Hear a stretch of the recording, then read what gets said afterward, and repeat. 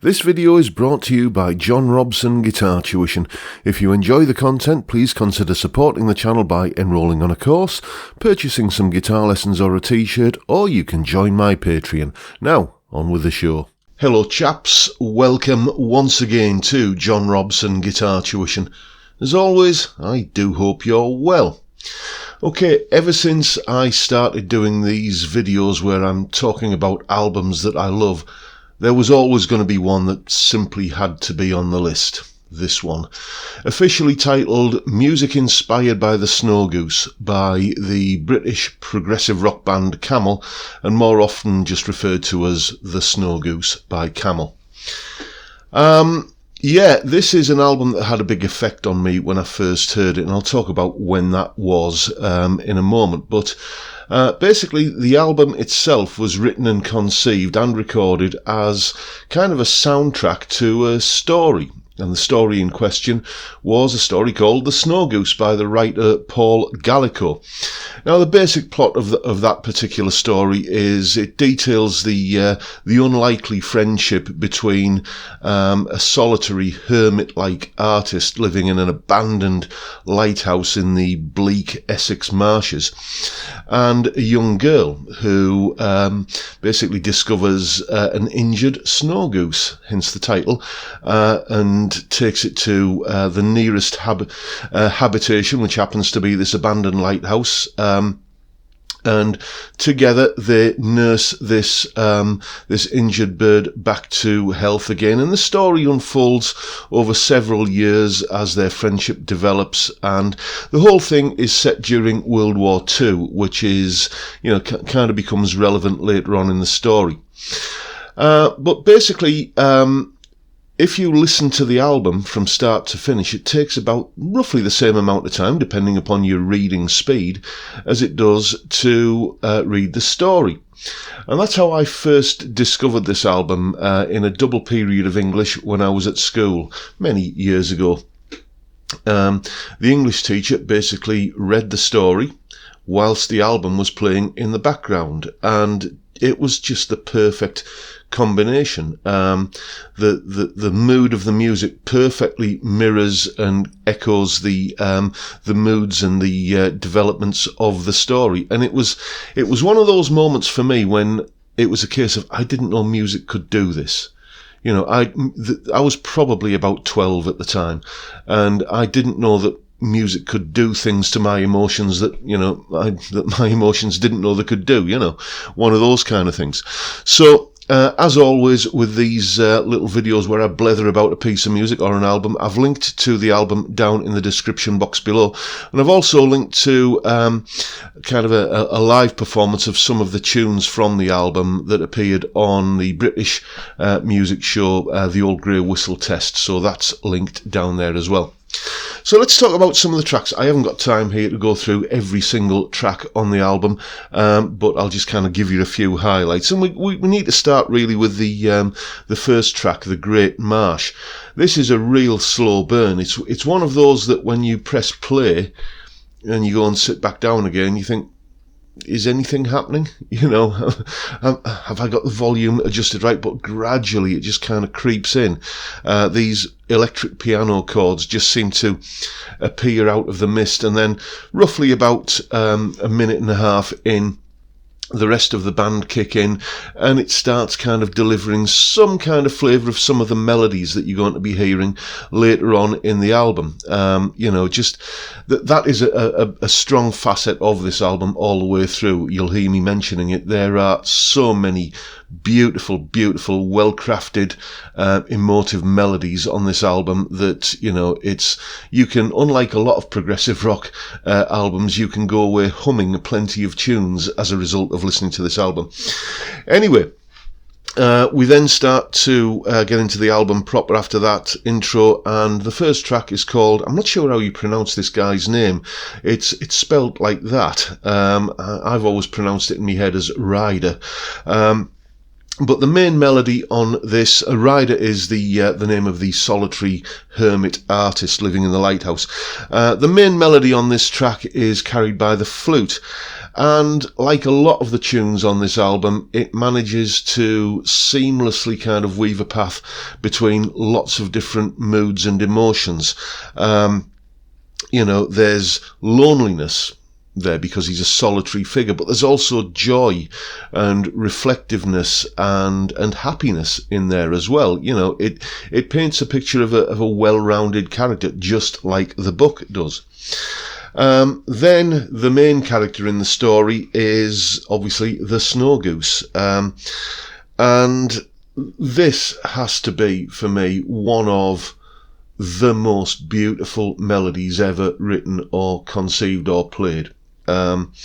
It's just a gorgeous, heartwarming tune, and superbly played by Andy Latimer, the kind of lead guitar player in Camel. And what a tone he has on this. It's if you think a Les Paul tone is all about high gain, kind of sustainy kind of distortion and everything, well, yes, it is, obviously, but that's not the Les Paul tone you're hearing here. It's very much a kind of old school, almost like a semi-acoustic kind of sound, but I'm pretty sure he did play a Les Paul on this track, and it's just such a beautiful sound and a beautiful melody, and in fact, it's such a lovely melody. I did a cover version of it a while ago, and watch this space. There's a little bit of an album release coming very soon as a special little thank you to my Patreon supporters. There's going to be more on that. I'll probably mention it on the live stream on Friday.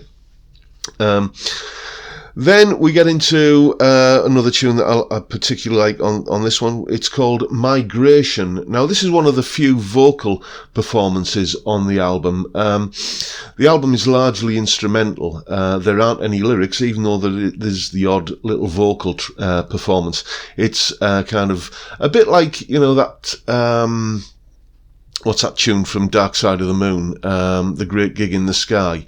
It's vocals without lyrics, scat singing, basically. And again, it's all about the melody, which is just, again, beautiful. Andy Latimer, and I'm not sure what the songwriting credits are for this album. I should have checked, but I didn't. But I know this was the Pete Bardens era of Camel as a band, and they never seemed to be quite the same band when he wasn't there. So, just beautiful melodic tunesmithery on this album right the way through. Then we get on to Flight of the Snow Goose, a joyful, celebratory tune which just seems to capture the sense of wonder and power of a bird in flight. You honestly feel when you're listening to this, or possibly I do anyway, that you're kind of up there doing one of those kind of flights that you see in wildlife documentaries where you're flying with the birds. It gives you that sort of sensation of freedom, really, I think, this particular track. Then we get on to the whole sort of World War II aspect of the album. As I say, it's set during that period, and Ryder basically goes off, not to war, but he goes off on a rescue mission to rescue the British troops from the beaches of Dunkirk, the so-called Little Ships campaign, when everybody and anyone who had any kind of seagoing craft was basically sent to go and pick up our troops from the beaches of Dunkirk to save the expeditionary force, and he goes off to basically play his part in that. And preparation captures a real sense of foreboding, of imminent danger, of we're not quite sure what's going to happen. We do this, and you don't really notice this. Here's another thing I like about this album.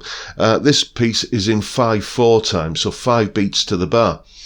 And unlike a lot of prog rock bands who will take an unusual time signature like that and kind of hit you over the head with it and say, listen to us, aren't we clever that we can play in this odd time signature? This is one of those occasions where the cleverness is just below the surface and you don't notice it. It's only when you start kind of picking it apart and taking notice of what's actually going on, that you see the kind of scaffolding holding it up. And I like that. I like it when the cleverness is concealed, but it's still there in any song. Then we get off onto the following track, Dunkirk. Well, as I've just described, it was a sense of foreboding, imminent danger. And this really does capture that sort of stormy seas on a dark night, that dangerous kind of thing. And to me, this track, although it doesn't lift any of the melodies or any of the, the kind of riffs or anything, but it does owe a big kind of debt to something like, was it Mars, the Bringer of War from Holst's Planet Suite? It's got that similar kind of feel going on, without, as I say, kind of ripping it off or copying it in any way, and it's conveying a similar kind of emotion and mood, I guess. Then we get to almost the not after that. I'm just, as I say, I'm going through a few edited highlights here. What is almost but not quite the album closer, La Princesse Perdue, another beautiful melody. It encompasses many different moods and feels and emotions in this track, from kind of slow and reflective to anthemic and celebratory, upbeat and toe-tapping, and it never just seems to kind of stop and go from one thing to another in a disjointed way. It just flows perfectly through all of these different emotions, as does the whole album. As I said, this album is just a particular favourite of mine. I don't think there is a week goes by where I don't try and carve out time to stick the headphones on and, shut my eyes and just listen and concentrate on the music and, just absorb it all. And it is such a rewarding experience. I really can recommend it. If you like beautiful melodies that have true musicianship and, great production and just a really kind of heartwarming, emotional experience from any album, then you do need to check this album out. I can really recommend it. And it always surprises me that when people talk about progressive rock, the band names that seem to come up are obviously sort of Yes and King Crimson and Pink Floyd, obviously, and maybe more onto the more kind of contemporary guys like possibly Dream Theater and Spock's Beard and all that sort of stuff. Camel never ever really get the credit they deserve. I think the Snow Goose needs to be as highly regarded, at least as Dark Side of the Moon, as a kind of example of the genre. So there you go, folks. That's my little bit of blethering today about an album that I absolutely adore, The Snow Goose by Camel, or music inspired by The Snow Goose by Camel. As I said, I've linked to the full album down there and that Old Grey Whistle Test performance of some of the tunes. So check them out, and I'd be interested to know what you think of the album if you haven't heard it before. And, just share your observations. That's, after all, what I'm doing here. But that is pretty much all I've got for you today, folks. Hope you found this video reasonably entertaining and maybe a little bit informative. And if you have, please hit the subscribe button and the notification bell if you haven't already done so. And why not give me a like while you're at it? If you're interested in supporting the channel, then all of the links are downstairs in the description, including, I must tell you about this, you know about it already, the signature guitar, Scott Guitars UK, fantastic boutique artisan guitar builder. He's built me a signature guitar and I'm very happy with it. And if you're looking for, a boutique artisan hand-built guitar, then you might be surprised at the kind of price that you would have to pay for that. It's about the same as an American professional Telecaster, so handmade boutique artisan for the same price as, straight off the production line. So, if you're looking for that special guitar, check them out. Link is down below. But with that, I'll bid you all a good day. I'll say don't forget the live stream tomorrow, 5 PM UK time. You know what it's all about. It's all about talking about guitars and having a beer. I'd love to see see you there. So until then, I'll bid you all a good day and say thank you for watching. Thank you so much for your time. Look after yourselves, folks. Stay well, stay safe, and above all, stay sane. Bye for now.